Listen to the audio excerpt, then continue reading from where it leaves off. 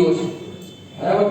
તો એ સૂર્યનારાયણ ભગવાનને આપણે પ્રાર્થના કરીએ, ભગવાન બ્રહ્માંડમાં જેટલા પણ તીર્થ છે બધા જ તીર્થો આવી અને આ કળશની અંદર પ્રસ્થાપિત થાવ। અહીંયા આગળ આપણે આ કળશમાં પાણી ભર્યું હોય તો ક્યાંનું હોય? ગંગાજીનું જ હોય હો, કારણ કે જમીનમાં જે જળ હોય ને એ જમીનમાંથી જળ ઉપર આવે એટલે ગંગાજીનું જ જળ હોય। અને અહીંયા આગળથી તો સરસ મજાના ગંગા મૈયા વહે છે, બરાબર। તો એ ગંગાજીનું જળ દરેક તીર્થોના જળ આ કળશની અંદર આવીને પ્રસ્થાપિત થાય એ ભગવાન સૂર્યનારાયણ દેવને પ્રાર્થના કરી।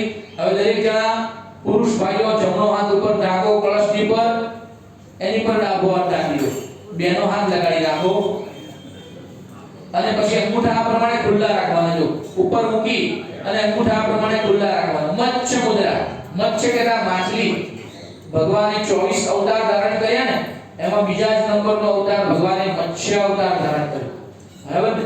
તો એ માછલીની મુદ્રા દ્વારા આ જળને આપણે પવિત્ર બનાવીશું, બરાબર। અહીંયાથી હું મંત્ર બોલીશ, તમારે દરેક જણાએ વમ શબ્દ બોલવાનો છે। શું બોલવાનો? વમ, બરાબર। વરુણ ભગવાનનું સ્વટ નામ છે, બરાબર।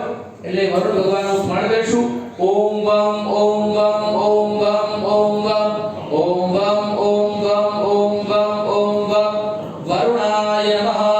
હાથ લઈ લો, હાથની અંદર એક એક પુષ્પની પાંખડી રાખો, ફૂલની પાંખડી લઈ લો હાથની અંદર અને દરેક તીર્થોને વંદન કરીશું।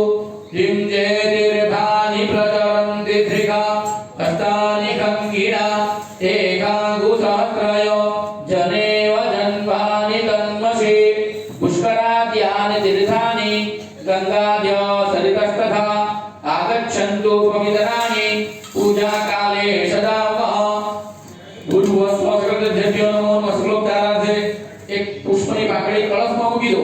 ગંધા પુષ્પાણિ અર્પયામિ, દેહાદોની વંદન કરી નાખો। તસ્માત ઉદકા ઉદકમ ગૃહીત્વા પૂજા દ્રવ્યાની ચ આત્માનં ચ સંપ્રોક્ષ્ય। હવે જે કળશમાં પાણી છે એમાંથી ચમચી વડે જળ તમારા ડાબા હાથમાં લો, ચમચી વડે જળ એ કળશમાંથી તમારા ડાબા હાથની અંદર લો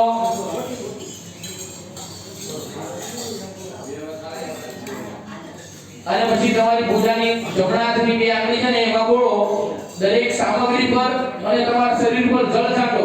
ઓમ અપવિત્રમ પવિત્રો વા સર્વાવસ્થાન કત્રો વિવા યસ્મરે પુત્તરીકાક્ષ સબાય અભ્યંતર શુચિ સર્વમ શુચિ પવિત્રતા વસ્તુ પવિત્રીકૃત્યમ। જો આપણે સ્નાન કરીને બેઠા છીએ પણ આવતા ચાલતા ઉઠતા બેસતા ક્યાંક આપણાથી ક્યાંક અપવિત્ર વસ્તુનો સ્પર્શ થઈ ગયો હોય તો આપણે પવિત્ર થવું પડે હો, કારણ કે દેવની પૂજામાં પવિત્રતા બહુ મહત્વની વસ્તુ છે, બરાબર। આપણે પવિત્ર ન હોઈએ તો દેવની પૂજામાં આપણને પૂર્ણ ફળ મળે નહીં। માટે જીવનની અંદર ભગવાનની પૂજા કરો કે ઘરની અંદર આપણે આપણું રોજિંદુ જીવન જીવીએ, એની અંદર પણ પવિત્રતાની બહુ જ મહત્વતા ભગવાને શિક્ષાપત્રીમાં બતાવી છે હો। એટલા માટે પવિત્ર થઈને ભગવાનની પૂજા કરીએ। આ ફૂલ લાયા હઈએ, એ ફૂલ લાયા હઈએ તો વાળીએ, સ્નાન કરીને ફૂલ તોડ્યા હશે કે નહીં આપણને ખબર નથી હો, તો એ